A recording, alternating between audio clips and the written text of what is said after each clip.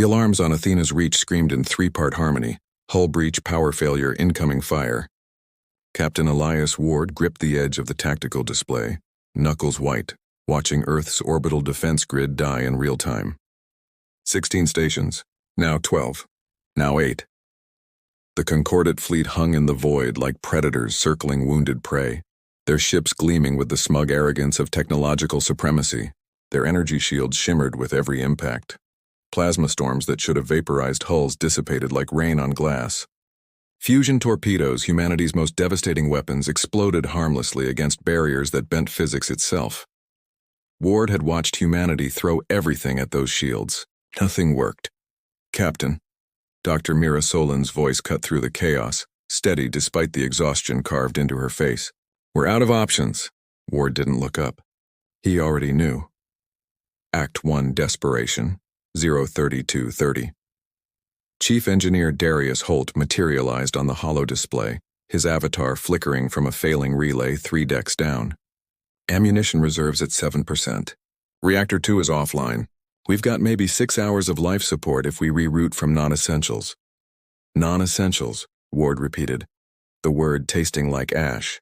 On a dying station, everything was essential. Lieutenant Nia Trent's fighter limped into the hangar bay, trailing atmosphere and sparks. Through the comms, her voice was hollow. "Lost Martinez and Chen, that's the whole squadron, sir. Just me now." Ward closed his eyes. 23 pilots when this shift started. Now 1. The view screen showed New Jakarta burning, a city of 12 million people becoming a funeral pyre as Concordate lances carved through its shields like they were tissue paper. The message was clear: surrender or watch your world die piece by piece. "There has to be something," Mira whispered, fingers flying across her console, running simulations that had already failed 100 times. Some frequency they're weak to, some resonance pattern. "There isn't," Ward said quietly. "We've tried everything. Energy weapons don't work. Projectiles don't work. We're fighting gods with slingshots." Mira froze. Her head snapped up. "Say that again." "What?" "Slingshots." Her eyes had that light, the dangerous kind that preceded either brilliance or catastrophe. "Captain, give me 5 minutes. Act 2. The Discovery. 2:30, 4:30. Ward found her in the archives, ancient military files scrolling across her screen. Documents from before humanity reached the stars, when Earth's greatest fear was itself. "Operation Stonefall," Mira said, pulling up schematics that looked like they belonged in a museum. "Cold War orbital weapons platform. Never deployed." Ward stared at the design. "Those are rods, tungsten rods. 6 meters long, 30 centimeters wide. No explosives, no warheads, no energy signature." She zoomed in on the physics calculations. "Just mass, velocity, and gravity. You want to drop telephone poles on ships that laugh at fusion bombs, not on them. Through them." Her fingers danced across the equations. "Captain, their shields stop energy. Photons, plasma, radiation. But mass?" She pulled up the kinetic energy formula. "A tungsten rod dropped from geosynchronous orbit hits the atmosphere at Mach 10. By the time it reaches the target, it's carrying the kinetic energy of a small nuclear weapon. And shields don't stop momentum. They can't. That's not how physics works." Darius's voice crackled over comms, suspicious. "You're telling me we've been overthinking this? That rocks beat force fields?" "Not rocks. Kinetic impactors." Mira's smile was sharp. "And we have them. 23 satellites in mothballed orbit, written off as obsolete when energy weapons became standard." Ward leaned back, mind racing through possibilities and catastrophes. "Even if this works, and that's a massive if, we get 23 shots. That's it. Then we'd better make them count." Act 3. The First Strike. 4:35. The hegemonic truth sat in geosynchronous orbit above New Jakarta's ruins, broadcasting its dominance. The Concordate flagship, 3 kilometers of armor and arrogance, its shields pulsing with stolen power from humanity's own orbital stations. "Satellite 7 is aligned," Darius reported. "Targeting solution locked." Ward's hand hovered over the authorization panel. 1 shot. If this failed, they'd shown their hand for nothing. If it succeeded, humanity might have a future. "Do it," he whispered. The satellite rotated with mechanical precision. Magnetic locks released. The tungsten rod, anonymous, ancient, simple, fell. No propulsion. No guidance after release, just gravity. It fell silently through vacuum, invisible against the stars. Atmosphere caught it like a lover's embrace. Friction heating the tip to white-hot incandescence, but the rod's heart remained cold tungsten. Sound barriers shattered. The air itself screamed. The hegemonic truth shields tracked the object, sensors analyzing, computers calculating threat level. Energy signature 0. Conclusion negligible. The rod struck at 6 kilometers per second. The shield held for a microsecond. Then physics, patient, implacable, ancient, asserted itself. The kinetic energy had nowhere to go but through. Through armor, through decks, through the ship's core. The impact didn't explode. It transferred, a shockwave of pure momentum that resonated through every molecule of the flagship's superstructure. The ship rang like a struck bell. Then it shattered. Pieces of the hegemonic truth tumbled through orbit, shields still glowing around fragments that no longer mattered. On 1,000 concordant channels, alarms shrieked. Voices demanded explanations, answers, logic. On Athena's reach, Ward allowed himself the smallest smile. 22 rods left, he said quietly. Let's make them count. Closing. 5.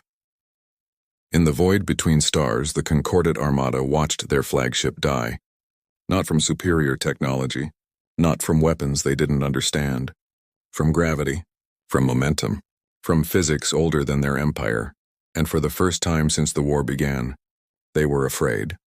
Opening. 0030. The Concordant High Command convened an emergency session, their holographic forms flickering with barely contained fury. Fleet Admiral Kethrazen's 3 eyes blazed crimson as tactical data scrolled past. The hegemonic truth, pride of the Armada, reduced to debris by a weapon their sensors hadn't even classified as a threat.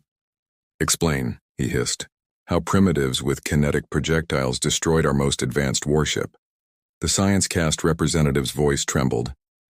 The shields? They were designed to dissipate energy, not absorb momentum. The projectile's mass, I don't want excuses. I want solutions.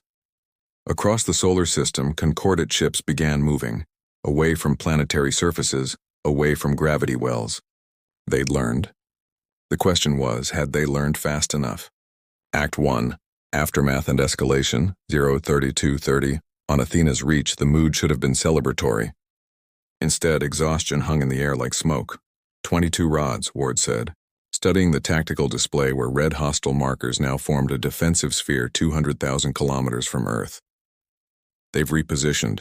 No more close orbital patterns. Mira leaned against her console, dark circles under her eyes. She hadn't slept since the first strike, couldn't afford to. They're adapting faster than projected. Look at this. She pulled up intercepted concordant transmissions. They're deploying something called kinetic baffles. Layered armor designed to ablate solid projectiles before impact. Ablative armor? Darius's image appeared, covered in grease from repairing the satellite network. That's actually smart. Layers that shear away, bleeding off kinetic energy before it reaches the hull. Naya limped into the command center, fresh from another patrol. Her flight suit was scorched, her face grim. It gets worse. They're testing the baffles now. I watched them shoot asteroids at their own ships. The armor's working. Ward felt the weight of command settle heavier on his shoulders. Humanity's miracle weapon had bought them. What? 48 hours? Ideas. Someone give me something. Silence stretched. Alarms beeped. Life support wheezed. Then Mira straightened, that dangerous light returning to her eyes. We don't aim for their ships. Come again? Captain, we've been thinking like bombardiers, 1 rod, 1 target. But we're fighting in 3-dimensional space with gravity wells, orbital mechanics, and atmospheric physics. Her fingers flew across the display, sketching trajectories. We don't punch through their armor. We use Earth's atmosphere as a weapon multiplier. Darius zoomed in on her calculations, then let out a low whistle. You want to skip the rods? Like stones on water. Exactly.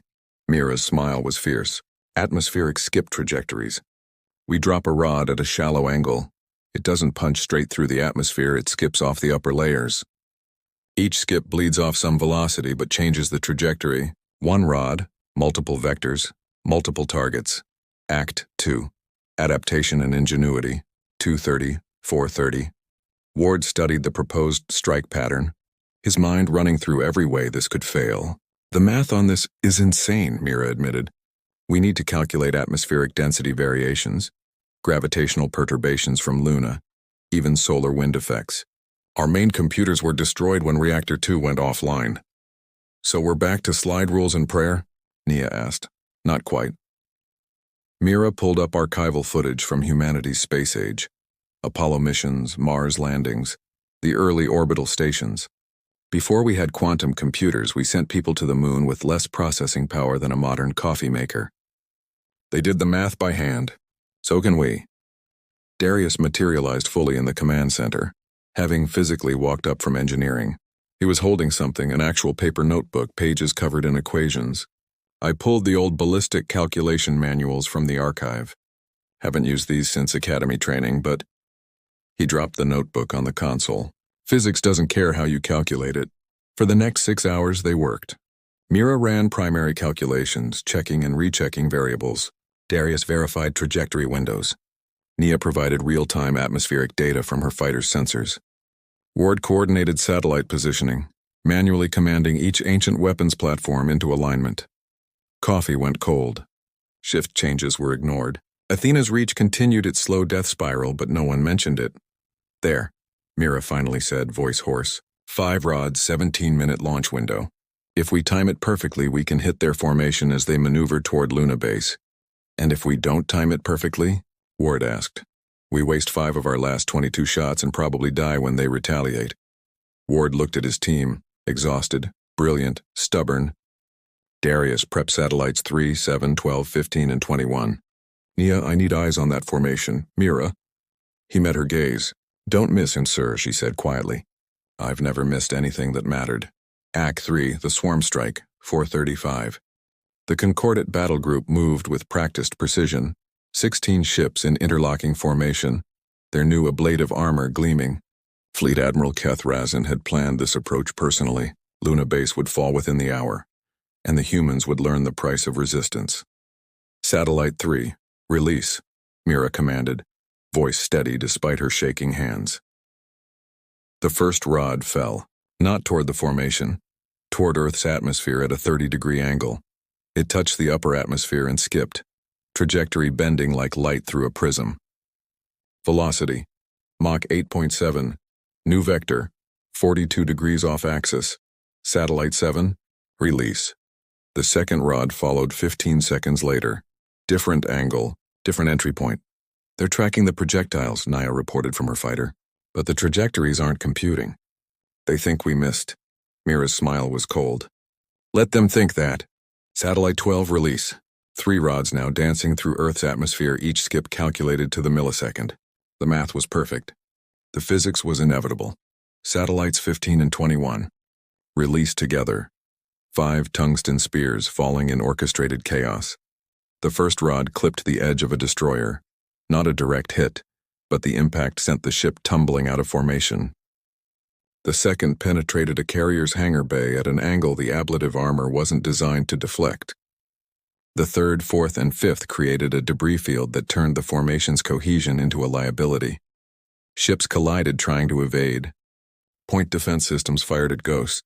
The perfect military formation dissolved into panic. All rods on target, Darius reported, voice filled with awe. Captain, we just made physics our ally. Closing, 5.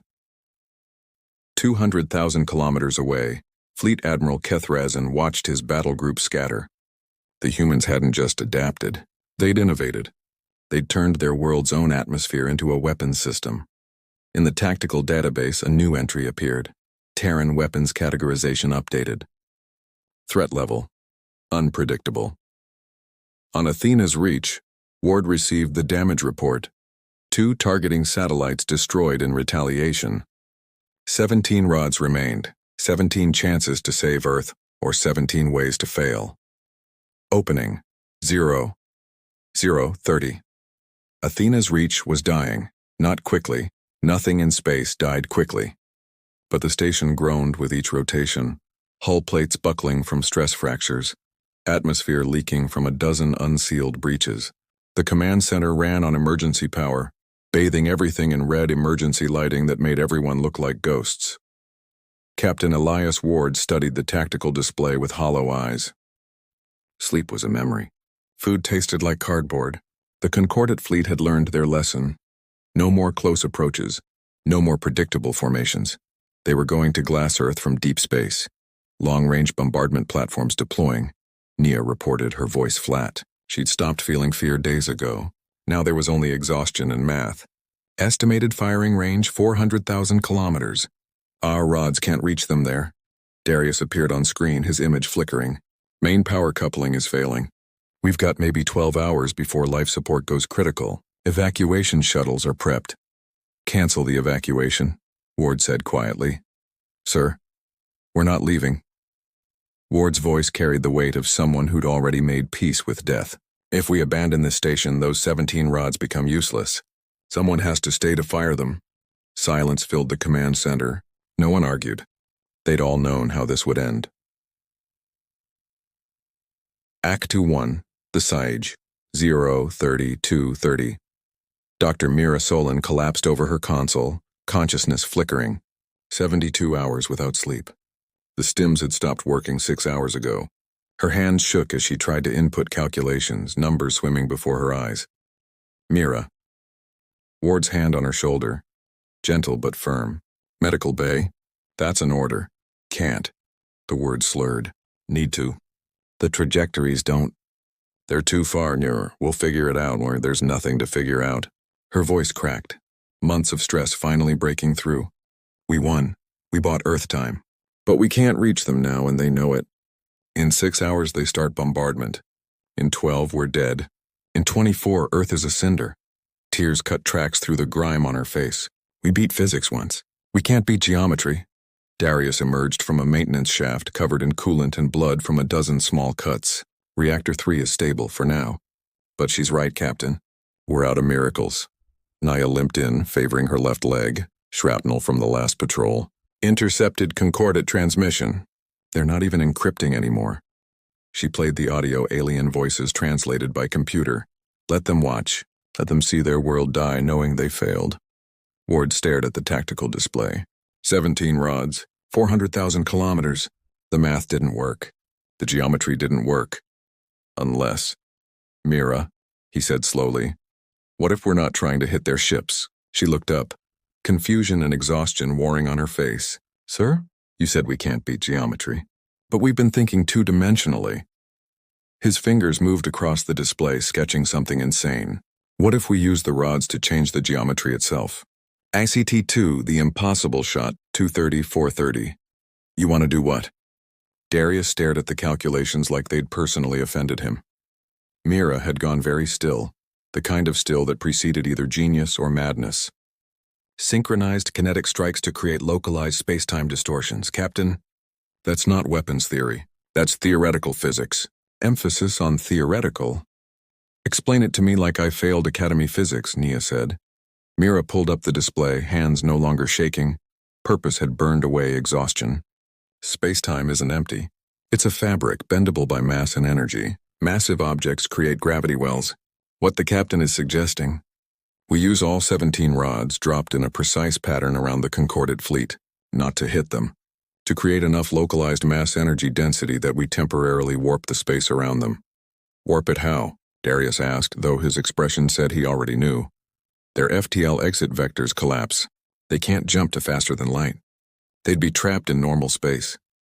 Mira's eyes were bright now, caffeine and adrenaline and pure scientific fascination. 400,000 kilometers from Earth, with damaged ships, limited supplies, and no way home except decades of conventional travel. How precise are we talking? Ward asked. Mira pulled up the calculations, her expression darkening. Microsecond timing across 17 simultaneous impacts. We'd need perfect atmospheric modeling. 0 satellite malfunction, and she trailed off, looking at the orbital trajectory of Athena's reach. We'd need to drop to low orbit for better targeting solutions. The station won't survive re-entry. The command center went silent except for the wheeze of dying life support. So we die either way, Nia said finally. But this way Earth lives. Ward looked at each of them, Mira, brilliant and haunted, Darius, pragmatic and unbreakable. Nia, who'd lost everything but kept flying. His team, his family, his responsibility. "I'm not ordering anyone to stay," he said quietly. "The shuttles are for people with somewhere to go," Darius interrupted. "My home is rubble. My family's gone. This?" He gestured at the dying station. "This is all I've got left." "Might as well make it count," Mira nodded. "I failed to save the first 7 defense stations. I'm not failing again." Nia checked her sidearm, ejected the magazine, slammed it home. "Someone's got to fly escort for the rods. Make sure no debris knocks them off course. Might as well be me." Ward felt something break inside his chest. Pride, grief, love for these impossible humans who refuse to quit. "Then let's show them what stubborn looks like." Act 3. Stonefall Unleashed, 4:35-30. Athena's Reach began its descent, alarms, screaming warnings everyone ignored. The station groaned, hull plates heating as they kissed the upper atmosphere. Outside, the Earth turned below, scarred, burning but still alive. "Satellite positioning complete," Darius reported, manually overriding safeties on systems that were never meant to fire simultaneously. 17 birds, 17 trajectories. God help us if the math is wrong. "The math is perfect," Mira said, voice steady despite the station shaking around her. "It's the execution I'm worried about." Nia's fighter danced through the debris field, clearing a path for the descending rods. "Escort pattern Alpha established." "You better not make me do this for nothing." Ward's hand hovered over the firing authorization.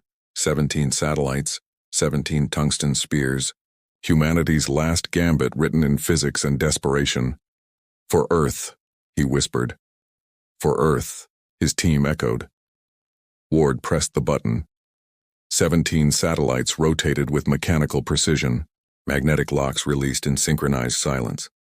The rods fell, not toward ships but into a pattern older than warfare. A geometry that bent reality itself. They fell through vacuum, through atmosphere, through clouds that turned to plasma in their wake. Mira recited calculations like prayers, compensating for variations in real time. Darius watched power systems redline, rerouting every last erg of energy to targeting. Nia flew patterns that defied physics, clearing space debris with precision fire. The rods struck not targets, but coordinates. 17 points in 3-dimensional space, each impact timed to the microsecond. The kinetic energy didn't explode. It warped. Space itself rippled, a visible distortion spreading from each impact point. The fabric of reality, stressed by sudden massive energy density, buckled. Not much, just enough. Just sufficient to twist the quantum foam that FTL drives manipulated for faster-than-light travel. In the concordate fleet, alarm systems shrieked. FTL drives spun up, engaging jump protocols. Nothing happened. They tried again, and again. The exit vectors had collapsed. Every hyperspace lane within 50 million kilometers warped into unusable knots of stressed spacetime. Fleet. Admiral Kethrazin stared at his navigation display in dawning horror. The nearest stable jump point was 47 years away at conventional thrust. With damaged ships, with finite supplies, the humans hadn't defeated them. They'd imprisoned them. Epilogue. 5:36. Athena's Reach burned through the atmosphere, a falling star visible from 3 continents. In the command center, the team worked until the last second, verifying impacts, confirming the warp field held, watching the concordate fleet's futile attempts to escape. "It's holding," Mira said, wonder in her voice. "The distortion field is stable. They're trapped." "Incoming transmission from Concordat Command," Nia reported. They're requesting terms." Ward pulled up the communication channel, his face illuminated by emergency lights and burning atmosphere outside. The alien commander's image appeared, pride replaced by calculation. "You have proven formidable," Kethrazin said carefully. "We underestimated your capacity for innovation." "You underestimated our capacity for stubbornness," Ward corrected. "Here are our terms. Leave.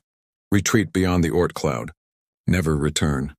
Or sit in the dark for 47 years and see if your supplies last." The alien's 3 eyes narrowed. "And the spatial distortion?" "Will collapse naturally in 3 weeks. Plenty of time for you to leave." Ward's smile was cold. "Clock's ticking, Admiral." The transmission cut. Outside, Earth's atmosphere began tearing Athena's Reach apart. Hull plates peeled away like flower petals. atmosphere venting in crystalline clouds. The command center filled with smoke. Evacuation shuttles are gone, Darius reported calmly. We're riding her down. Could be worse ways to go, Naya said, checking her harness. Mira looked at Ward, peace on her face for the first time in months. Did we do it? Did we actually save them? Ward watched Earth grow larger in the view screen, scarred, wounded, but alive. In the distance, the Concordat fleet was already turning away, their invasion broken not by superior firepower, but by humans who refused to accept the impossible. Yeah, he said softly. We did. The station began final breakup, heat turning metal into light. Through the flames, Ward saw something beautiful, dawn breaking over the Pacific, golden light touching a world that would see another day. His last thought was simple. Worth it. Closing. 6. In the Concordat archives, a new designation appeared. Species Humanity, Homeworld. Terra, Earth Technological Level. Primitive Threat Assessment. Extreme Status, Do Not Engage. Notes. Indigenous species demonstrates insufficient regard for self-preservation. Weaponizes planetary physics when conventional options exhausted. Capable of tactical innovation exceeding predictive models. Cultural emphasis on persistence despite mathematical impossibility of success. Recommendation: avoid all contact. Species fights as though survival is a matter of principle rather than probability. Additional note: they call themselves stubborn. Our xenopsychologists believe this is their word for dangerous. 17 tungsten rods, 23 brave humans, 1 impossible victory. Not because they were stronger, not because they were smarter, because when the universe said no, humanity asked, how about if we change the question?